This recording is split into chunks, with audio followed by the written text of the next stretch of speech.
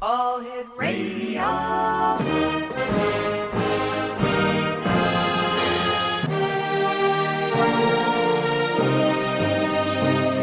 Welcome to the X Zone, a place where fact is fiction and fiction is reality. Now, here's your host, Rob McConnell.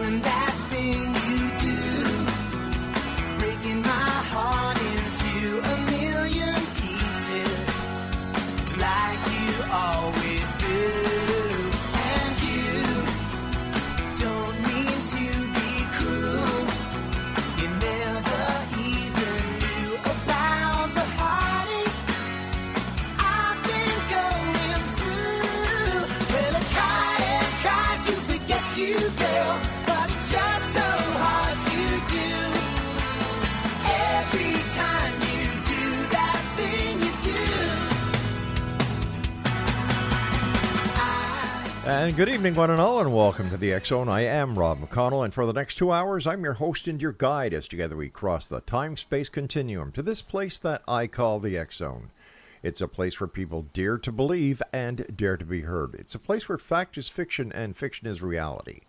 The X Zone comes to you Monday through Friday from 10 p.m. Eastern until midnight, right here on the X Zone Broadcast Network, and on your hometown radio, Classic 1220, streaming around the world on classic1220.ca. And we'd like to say another hello to our newest affiliate in Midland, Michigan, WVEX 105.3 FM. Exonation, my first guests tonight are Mark Stevens and Shelly Jensen. We're going to be talking about sound healing and Reiki therapies, intuitive readings, and custom tuning forks. Joining me now from Twin Falls, Idaho, are Mark and Shelly. And hey guys, welcome to the X Zone. Thank you. Yeah, we're super excited to be here. Yeah, thanks for having us. All right, first of all, welcome. Great having you guys too. And tell us a little bit about yourself, ladies first. So Shelly, how did you start your quest and how did you get into sound healing, Reiki, intuitive readings, and custom tuning forks?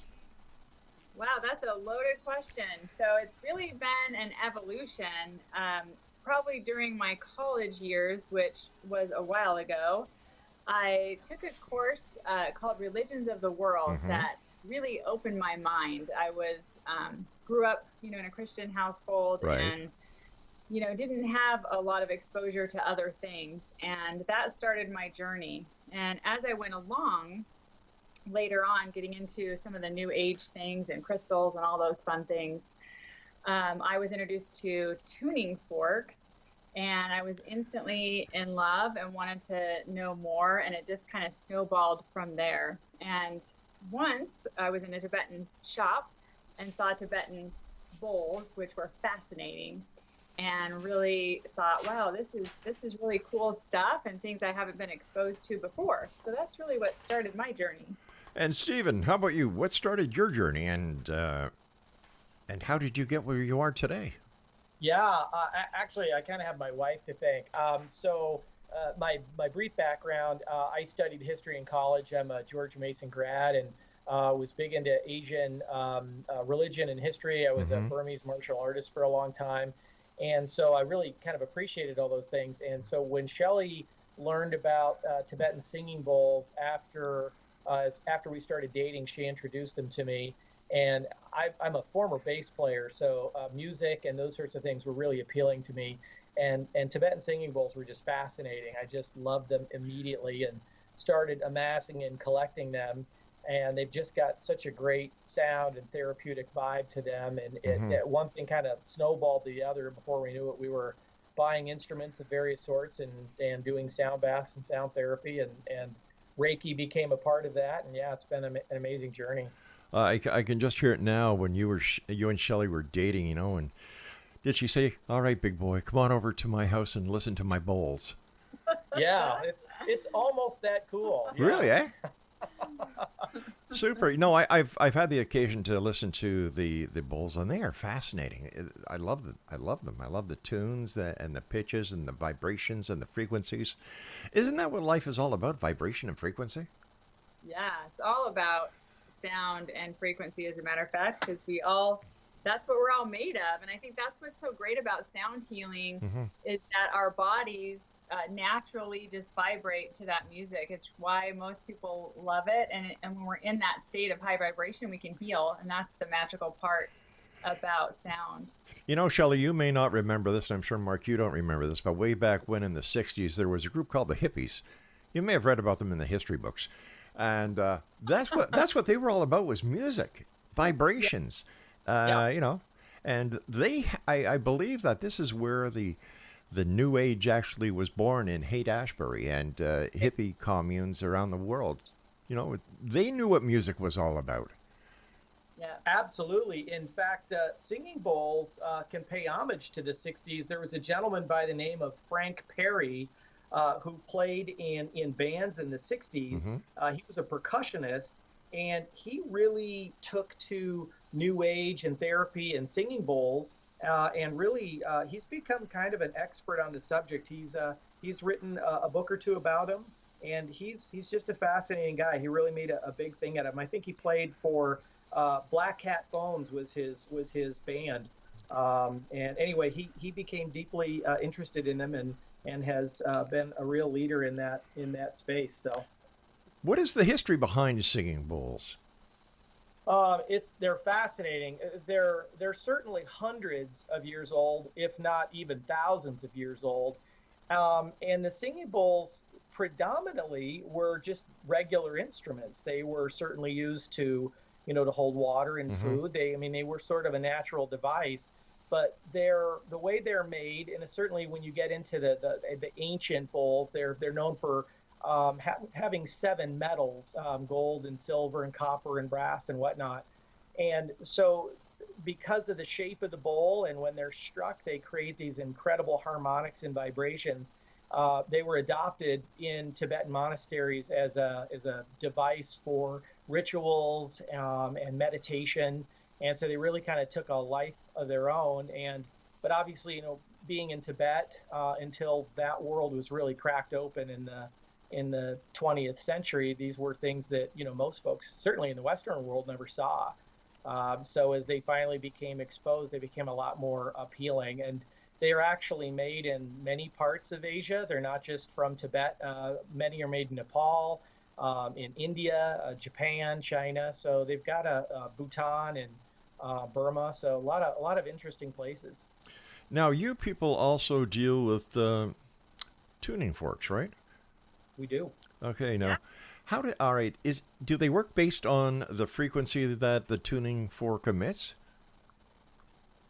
Yes. Yeah. Yep. Each set has different frequencies, and it was an interesting journey how we ended up creating our own. I always knew internally that I wanted to do this, and I couldn't quite find the right thing to connect it to. And finally, during our Reiki class, we took a dragon fire healing, is what it's called, and had some experience with dragon energy. And I'll let Mark tell his story. But we ended up really connecting our dragon parts to the forks, and then different frequencies that I was able to download and connect to each of the forks. The only experience I've had with tuning forks was when I was in the police force, because at the start of every shift, you would have to take the tuning fork and test the radar, and each tuning fork would emit a certain frequency which would relate to the speed test on the radar unit. So would that basically be the same principle behind the tuning forks that you people use when healing people? Yeah, it's very similar. Yeah, so back to your usage. Tuning forks, they're used for lots of different things. Obviously, they're used for tuning. So they're heavily used in the music world to tune a piano, for example. They're used in the medical world diagnostically. So yes, those frequencies are pretty important. And so finding the right frequency for the right thing becomes fairly critical, whether it's music or health. So that's definitely what we're tapping into, is the frequency. And the thing about a tuning fork, there's different kinds and different frequencies. So the lower the frequency, the deeper the tuning fork, to the point where some are almost inaudible, but create a lot of vibration. You can really feel the fork when it's activated. The higher forks produce the higher chimey sounds people may be familiar with. They're also vibrating. That's how the sound is made, is through vibration, but the vibration may not be as palpable. But all forks both vibrate and emit a sound. And so when we find the right combination of sound and vibration, we can apply that to healing and helping our clients with whatever might be ailing them. Now, how many different tuning forks are there? Yeah, well, in our set we have 4, but there, I mean, you can certainly, they're made in all different kinds of frequencies. But yeah, we sell 4 different sets, and they mostly go around with the chakras. So yeah, and the one thing I do want to talk about the tuning forks that I think that's fascinating when you talk about frequency, the way that I use them is you can ring the fork and go along the body, and you can audibly hear, or I can audibly hear when something's out of alignment in the body. So the sound will be off. You can hear a little, it gets like a dull sound, or will sound off tune if something is off tune in the body. Are you finding that sound healing is being accepted by Western medical professionals? Oh yeah, without a doubt. In fact, there's a woman in the San Diego area who I've had a chance to work with, and she does sound therapy, in particular Tibetan singing bowl therapy at Sharp Medical System right there in San Diego. So there are certainly health systems around the country and around the world that I think are more open. There are certainly some that are not. It's not, I would say, entirely widespread. But more and more Western medicine is realizing these other holistic treatments, whether it's acupuncture, massage, sound therapy, all these things are being a little bit more readily accepted. You can go on to Cleveland Clinic's website or other places, and you'll even see it listed as an option. It's usually listed as a way to create calm, as opposed to healing. They're not quite willing to admit that it heals yet, but they're certainly willing to recognize that it's providing ease and comfort for folks who may be struggling otherwise. Yeah, I'm a nurse and work in the hospital system here in Idaho, and we've had the opportunity to bring in some of our sound equipment into the cancer center and help some patients and things like that. We haven't implemented it into our health system as a modality, unfortunately, but I've definitely seen a more open-minded approach. All right, guys, please stand by. We've got to take our first break for this hour. X-Zone Nation, our guests this hour, Mark Stevens and Shelly Jensen, will be back with me as we continue talking about sound healing and Reiki therapies, intuitive readings, custom tuning, and much more. May the fork be with you. I'm Rob McConnell. This is the X-Zone. We're coming to you on the X-Zone Broadcast Network from our broadcast center and studios in St. Catharines, Ontario, Canada, on your hometown radio, classic1220.ca, and streaming around the world on classic1220.ca as well. We'll be back. Whatever you do, don't go away.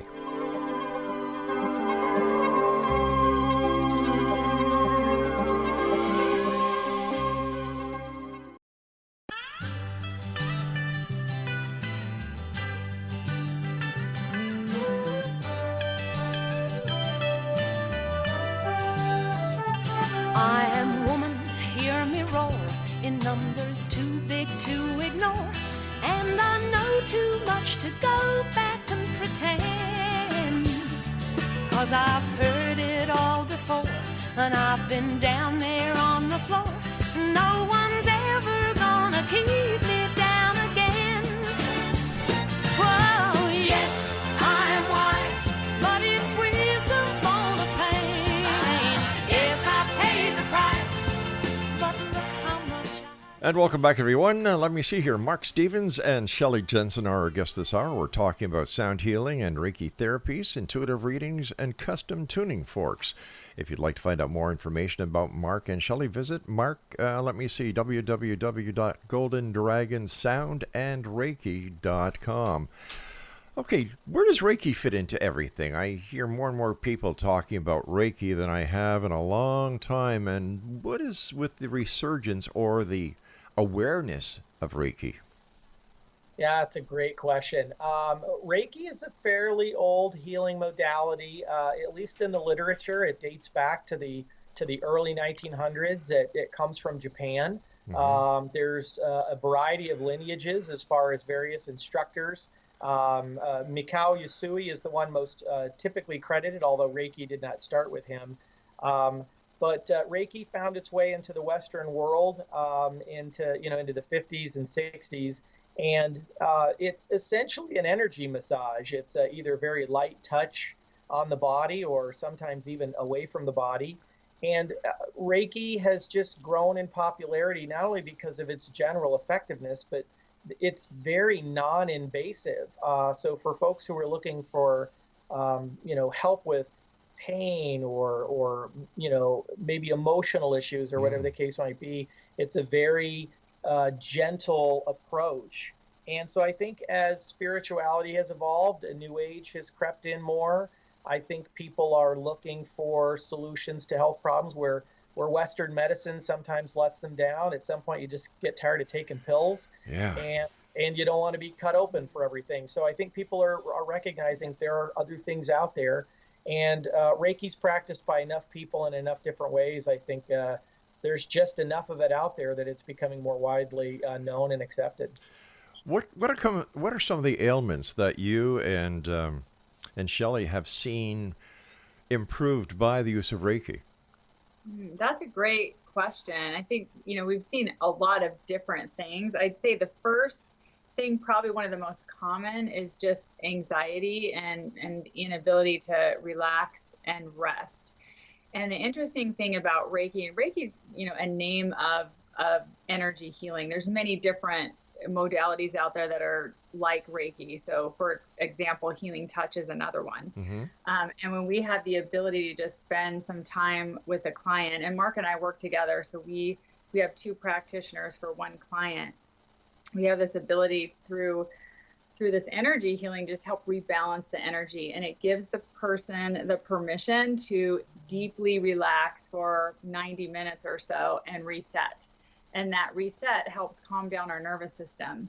And when we can calm down our nervous system, then our body can function so much better and be able to heal. Yeah, to expand on anxiety, pain's probably the next thing that we see the most in our clients. We had the privilege of actually taking care of one of the nurses who worked for Shelly years ago, and she was suffering from cancer. She was, I believe, on her third round. Oh, God bless her. She came to us with a lot of stomach pain that it was just the side effects of chemo and all the other things she was going through, and nothing would provide her relief.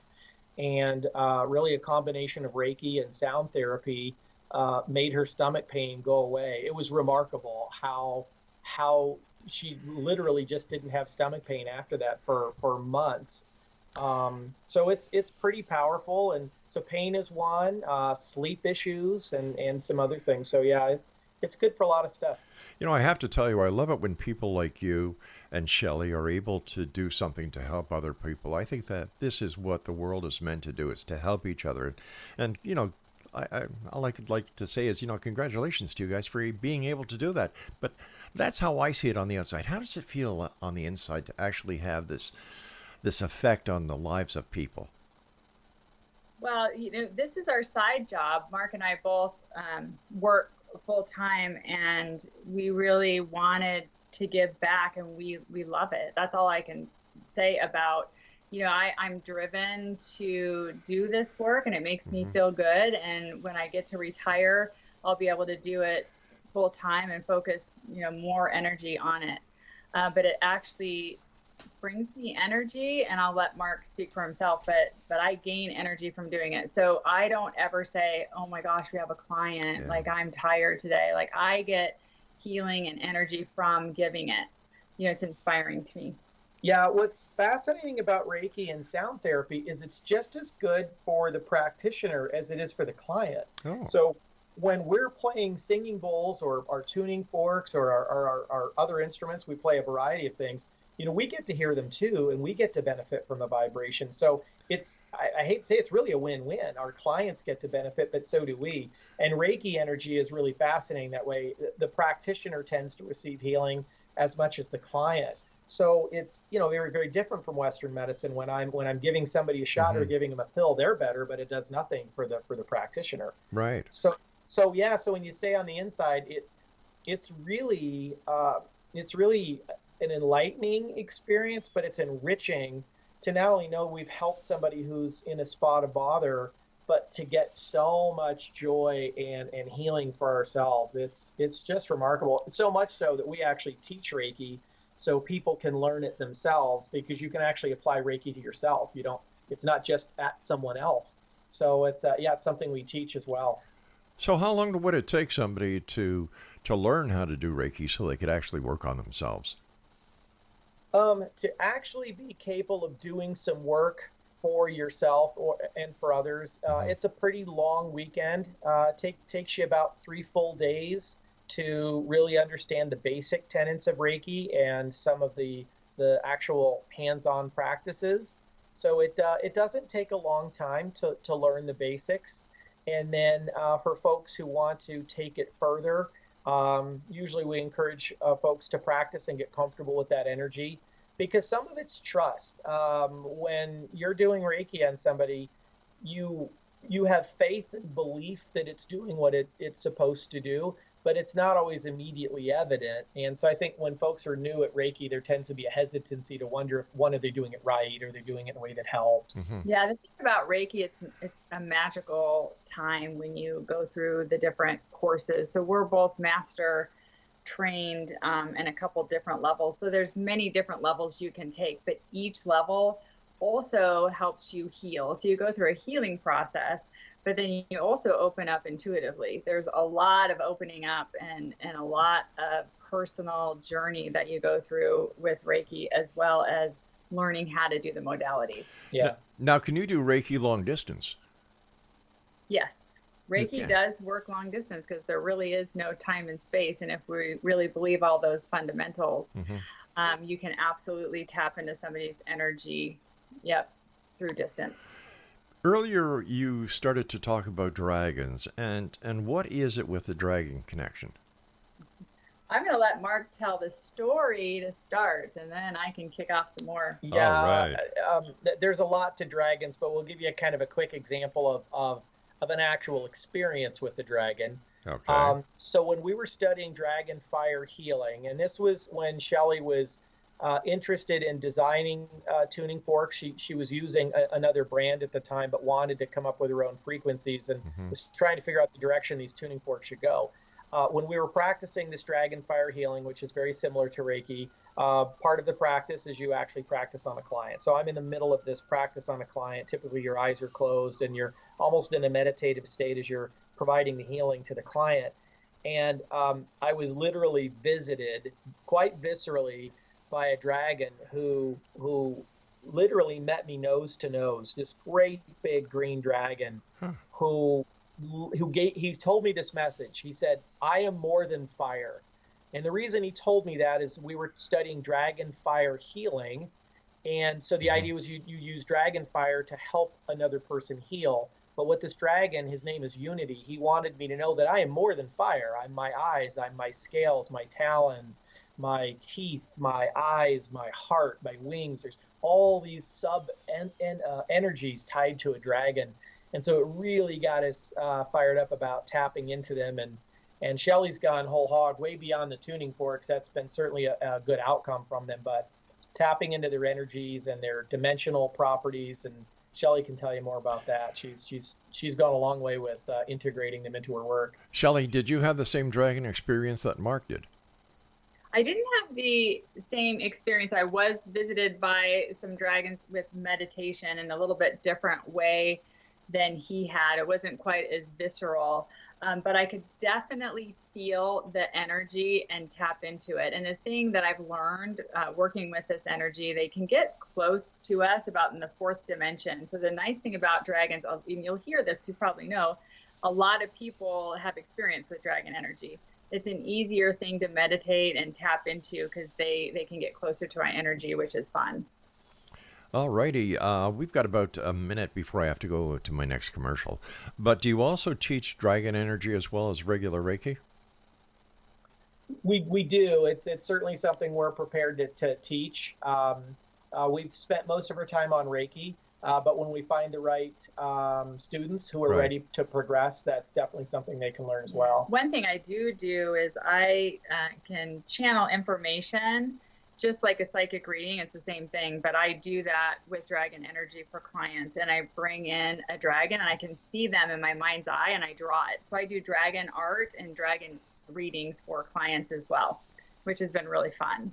So it sounds to me like you work harder when you're not at work than when you're at work as a nurse. We were just saying that today. I was like, oh my gosh, yeah, we do a lot. You know, my wife is a retired nurse, so I have nothing but the highest of respect for nurses, and I just know how hard you work, and that's why I find it very, very hard to understand or even believe that you're working so hard to help people away from your duties as a nurse as you are with them. So God bless you for that.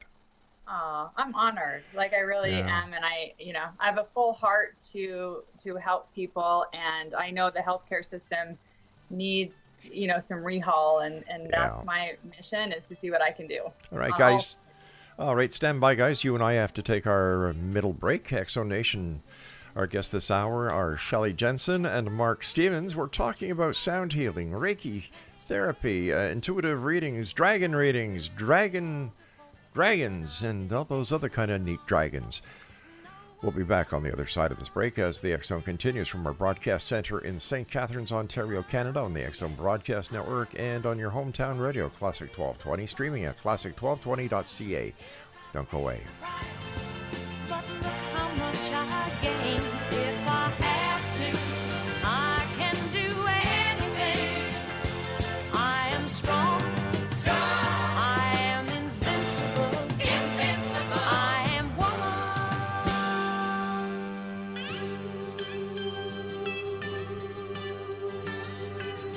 You can bend but never break me.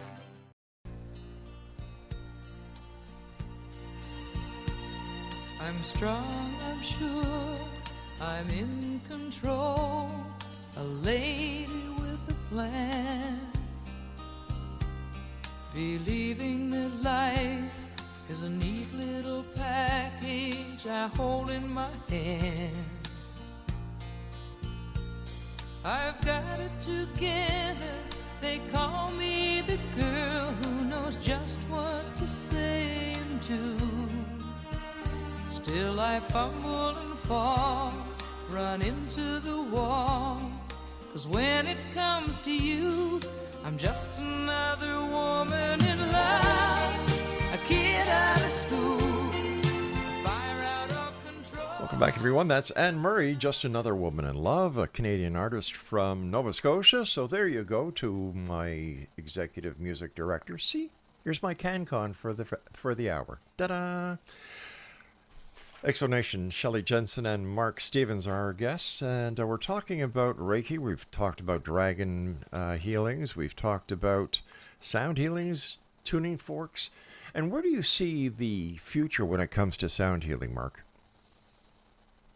I think it's got a very bright future, as a matter of fact. I think it's permeated a lot of more traditional spaces than people might recognize. From apps on your phone that have singing bowls in the background to going to a yoga class and somebody is playing a handpan. I think all of these alternative sounds are just getting a lot more time and attention. You see them on TV shows. And so I think people are recognizing that sound is not only beautiful to listen to, but it has this lovely therapeutic healing effect. And it's really remarkable, even in our little town, where you wouldn't expect something like this maybe to take hold, the appeal that it has and how many people are interested in it. So, yeah, I think it's got a bright future. Shelly, what have you seen, being a medical practitioner working with Western medical practices as a nurse? Have you seen there be an importation of let's say, ancient medical philosophies being incorporated into Western medicine? I would say ever so slightly. What is happening from my perception, and I'm in a senior leadership role, is that there's more of an open mind that this is part of healing. And I think that's what's been refreshing, even though it feels very slow from my seat. Right. It so is starting to open up. So meaning that, our providers are starting to really recognize that there is this spiritual other component that is needed. And if the patient believes it and wants it as part of their healing process, they're more open to bring it in. It used to be years ago. I mean, we couldn't even, nothing. It was all hoax to that world. And I've seen much more of an open mind to it. Yeah, you said that that the client has to believe in it. Could this be looked at as part of the placebo effect? 100%. If our minds are so powerful, and I've seen this in many areas throughout my nursing career, and if you just think about at a time of crossing or time of death, there are some people who hang on for a really long time, and they shouldn't, right? We think, this person, wow, it's been 7 days and it should have been 2 hours.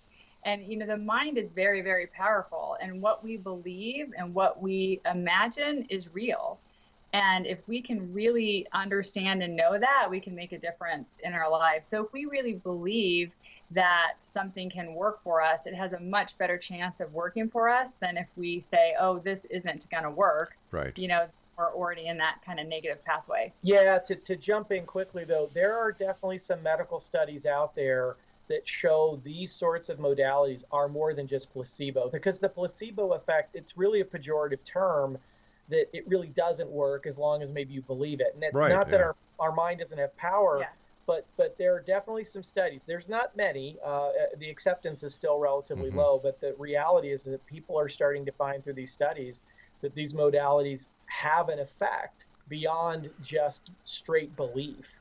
And so I think it's helping to open the doors that what heals us and how medicine works and what medicine even isn't restricted to Western medicine. And when you look at other countries in particular, the US tends to be fairly strict on these things. If you were to go to Europe, for example, there's a physician there, Uwe Albrecht, who came up with a system known as Innerwise. It's a frequency medical approach. It has some Reiki-like properties, and it's seen as an actual medical device in Europe. In the US, you're lucky to just get it published as a book. So there's other parts of the world they're starting to recognize this is beyond just hocus pocus and belief. There's reality to it. Yeah, it takes I'm not saying that there isn't reality, but no matter what the medicine is, no matter what the diagnosis is, the placebo effect or the belief in making things better is a fact. You can't deny it. Right. And that's what I was saying. It's both. I think you have to have something that is working, vibration and sound, and you have to have belief together. And we say this all the time. We have clients on the table. We're so happy that you feel better and we're able to help you. Sure. But you have to go out and keep yourself in this high vibrational state and in the condition you're in, or else it's just going to go back. Right. Yeah. I would imagine that, sound vibration and Reiki and the other types of healing that you two do would work wonders in a retirement home, an old folks home. Well, we're right there.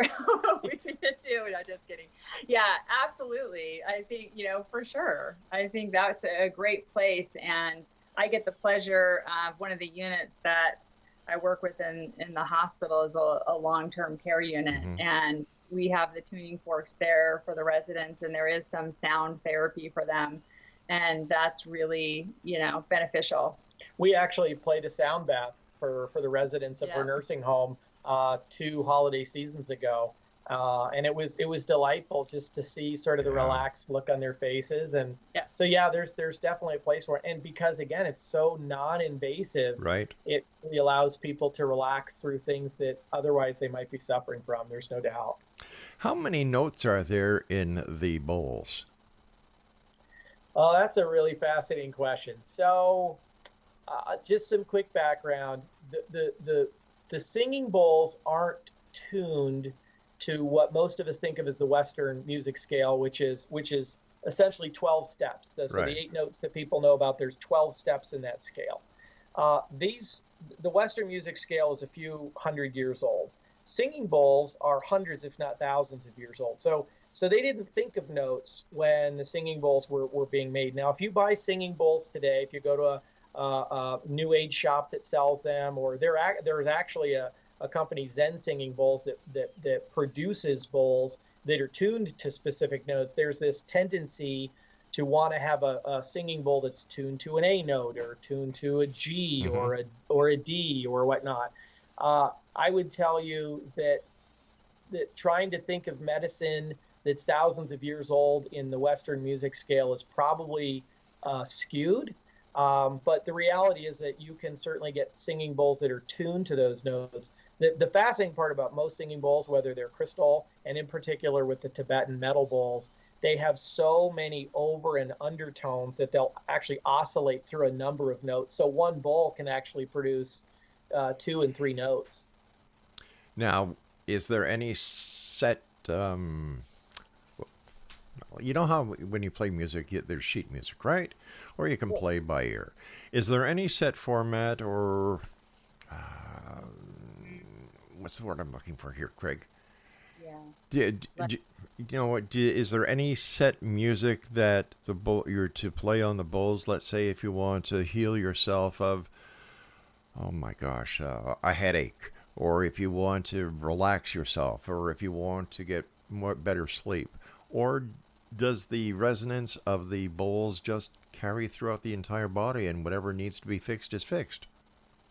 Yeah, so I teach classes also. So one more thing that I do, but the what I teach is it takes energy, intention, and intuition. So I'm going to start there, because we do certain music, and we're going to be putting some out on YouTube, playing music for, maybe somebody who's had a brain injury. So for that relief, or to relieve headaches. And so you can put intention into it, but it doesn't really work that way in this type of music that we play, that it's like sheet music, like a piano or something like that. Mark and I intuitively play. And what that means is that we don't practice. When we do a sound bath, we just know. I don't even know how else to say it. We intuitively connect to each other, and he'll play one instrument and I'll go back it up with a drum or something. And then we go on to something else, and we'll end exactly at the right time. It's really cool that we have this ability together to do that.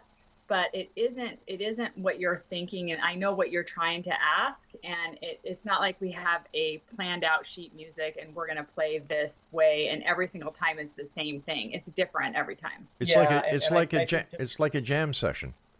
Yeah, it is. It's like new age jazz. There's an improvisational component, Right. And I think to expand on the answer, when I'm working with someone with my Tibetan singing bowls, I don't say, okay, I only use this bowl for their head, or I only use this bowl for their heart.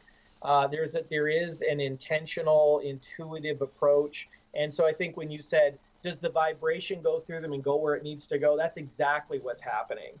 In fact, that's a principle of Reiki, that we as the Reiki practitioner don't do the healing. The energy does the healing. And it goes where it needs to go. So even if we're laying our hands on their feet and their shoulder is sore, we don't have to put our hands on their shoulder to heal their shoulder. The energy just knows where to go, because once people let go and believe, Right. their bodies take over, and it directs the energy. So we're allowing it to get there, and then we just get out of the way, and the body does the rest. How long have you two been doing this? About 5 or 6 years, significant. Yeah, seriously. Yeah, I think we first got into Reiki training about 2017, 2018. Yeah. Yeah, Good for for you sound guys. bath. Excellent. Yeah, I will. So my daughter hurt her ankle pretty bad. She's a little volleyball player. And so, of course, I got the forks out and we're working with her. But I think this is interesting because, depending on what fork I use, and her eyes were closed. Okay, what we're going to do is I'm going to ask you to hold on, because I don't want to interrupt you in the middle of the story. We've got to take our final break. So we're going to do that now, and when we come back, I'd love to hear the story about the tuning fork and your daughter's ankle. And then I want to talk to you about some paranormal experiences that you both had as well. Exo Nation, my guests this hour are Mark Stevens and Shelly Jensen. And if you'd like to find out more about them, maybe you'd like to take one of their courses, visit their website, Golden Dragon Sound and Reiki.com. That's Golden Dragon Sound and Reiki.com. And we'll be back on the other side of this break as we wrap up this first hour of tonight's show here in the X Zone with yours truly, Rob McConnell, from our broadcast center and studios in St. Catharines, Ontario, Canada, on the X Zone Broadcast Network and on your hometown radio, Classic 1220, streaming classic1220.ca. A lady with a plan, believing that life is a neat little package I hold in my hand. I've got it together. They call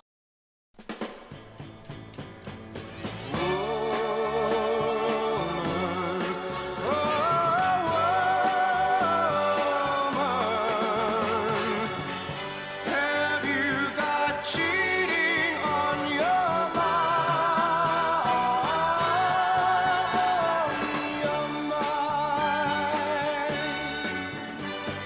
Something is wrong between us that your laughter cannot hide, and you're afraid to let your eyes meet mine. And lately when I love you, I know you're not satisfied.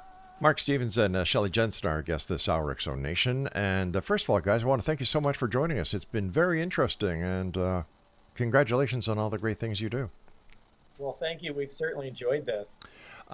Shelly, let's get back to you and your daughter. She hurt herself playing volleyball, was it? Or soccer?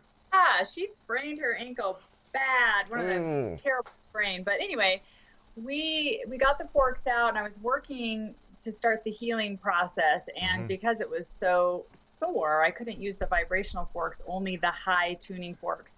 But the interesting part, which taught us something, is that each different fork I would play, she could feel it at a different spot in her ankle. And her eyes were closed. I mean, she wasn't even watching us. And I would ring one fork and she'd be, I can feel that over here. And so it's very interesting how frequency works. So what that told us is that different frequencies can affect different areas. So that was a fascinating learning experience.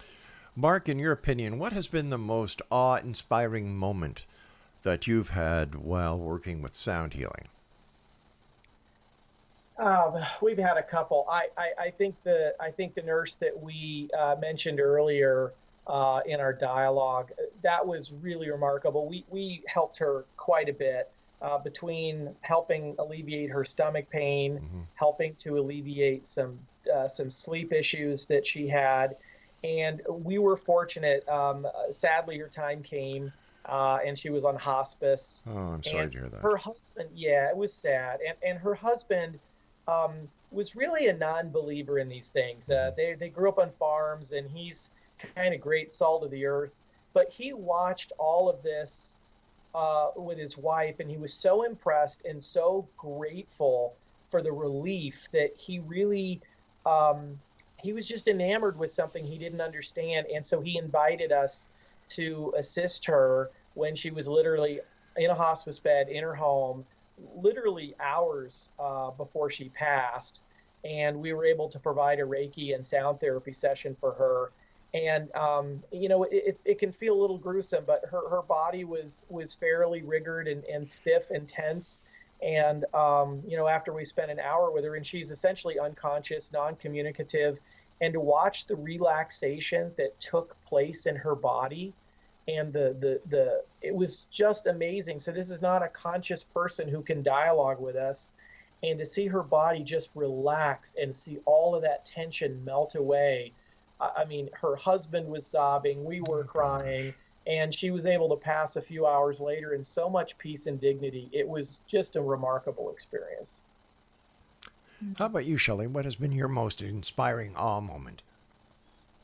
I've had some. I'm going to go to the paranormal side here since we were heading that way. All right. I had a very interesting experience with a client who, was just kind of having issues clearing herself and felt like she wasn't herself. And we went into the session with the intention to clear some things from her. And I could feel that she had, other energies with her. And while we were giving Reiki and I was working on her feet, I saw a shadow being literally come out of her body. It was about 3 feet tall. It was very weird shaped, had like a square body, it had a head, arms, legs, and I thought to myself, did I just see that? You look a couple times and it jumped off of the bed. I literally saw it come off of the bed and run behind the chair.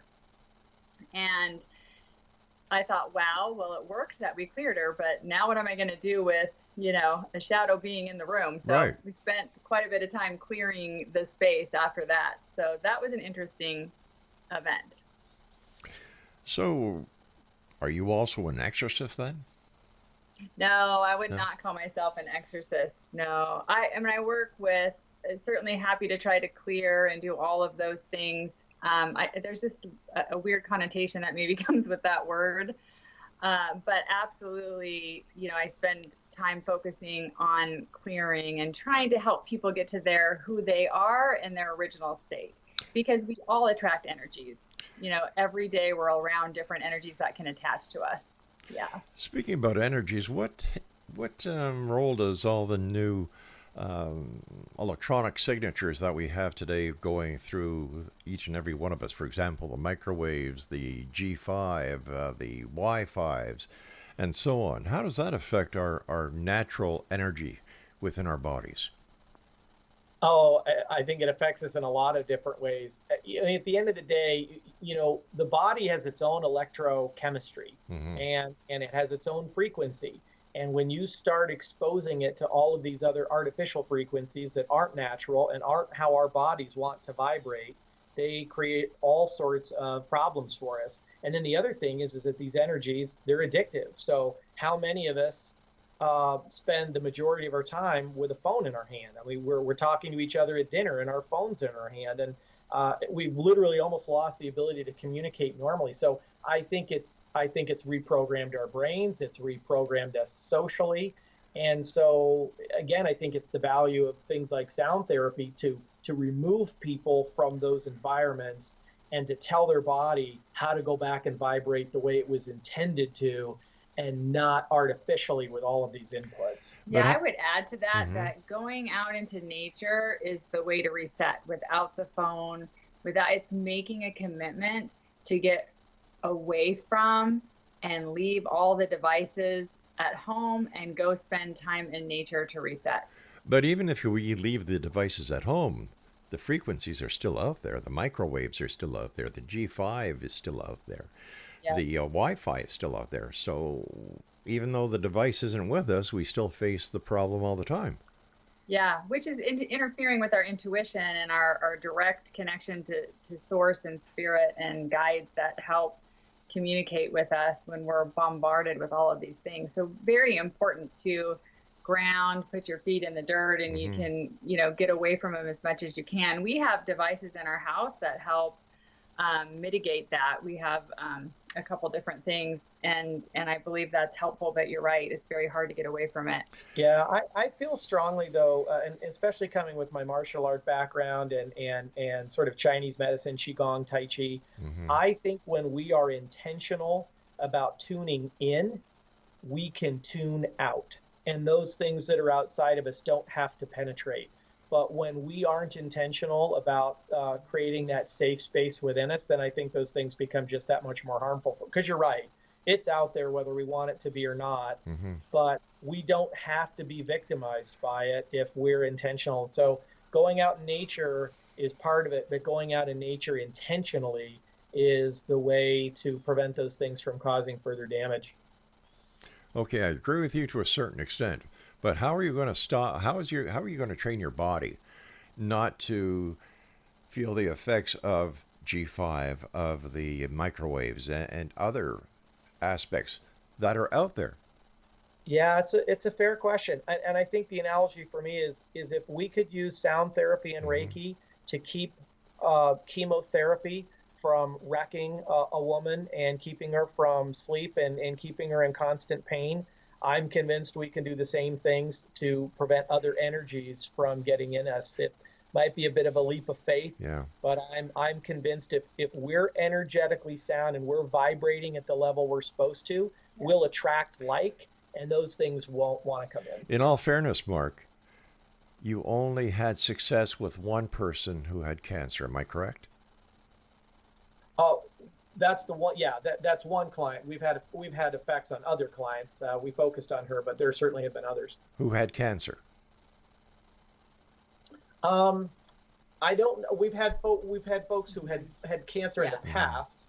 Yeah. She was going through it at the time, but we've certainly had folks who had cancer in the past and a variety of other medical and other symptoms post chemo. Yeah. Okay, quickly tell me about your UFO UAP sightings. Well, that's fun. We've had a few. So you tell the one about the first one with the yeah. So we were coming home from California. We took our kids to California one year, and we were crossing the California-Nevada border, which is always a weird place anyway, as far as I'm concerned. And we had two orbs literally come over the top of the car from the back of the car towards the front, so we could see them zip out in front of us through the windshield. And they paused in front of the vehicle, and they're quite high. And this is in the daytime, mind you, not at night. And they began almost bouncing in the air and circling around out in front of the vehicle. And as soon as that happened, for a handful of seconds, they literally split. One went right, one went left at high speed. There's certainly Air Force bases and military installations in the area, but having grown up around military bases, my dad was in the Air Force. I've never seen an airplane do what these things did. Like So that's one of about a half a dozen sightings we've had. It was probably one of the more remarkable, but we've had a few others. Tell me about another one. We've got about a minute and a half left. So we had a very interesting experience on the way to Mount Shasta. And the whole way there, I was like, come on, I want to see some crazy things. Like, I'm all in, right? Yeah. Like, I want to see the actual, like, alien standing somewhere, right?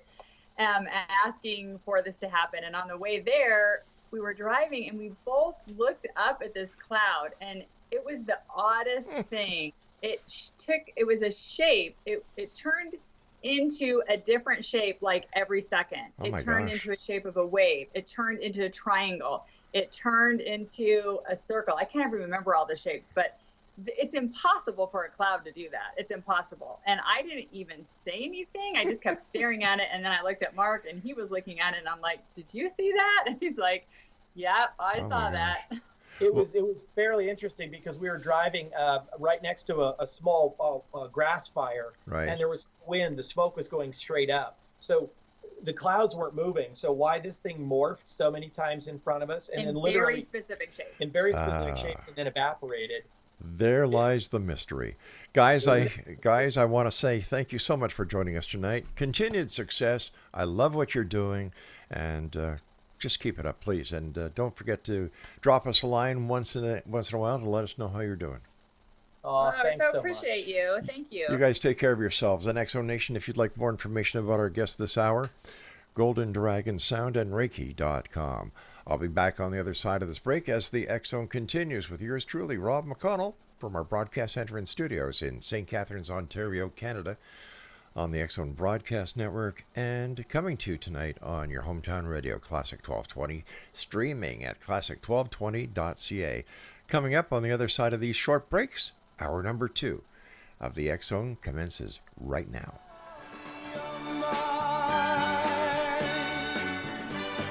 Something is wrong between us that your laughter cannot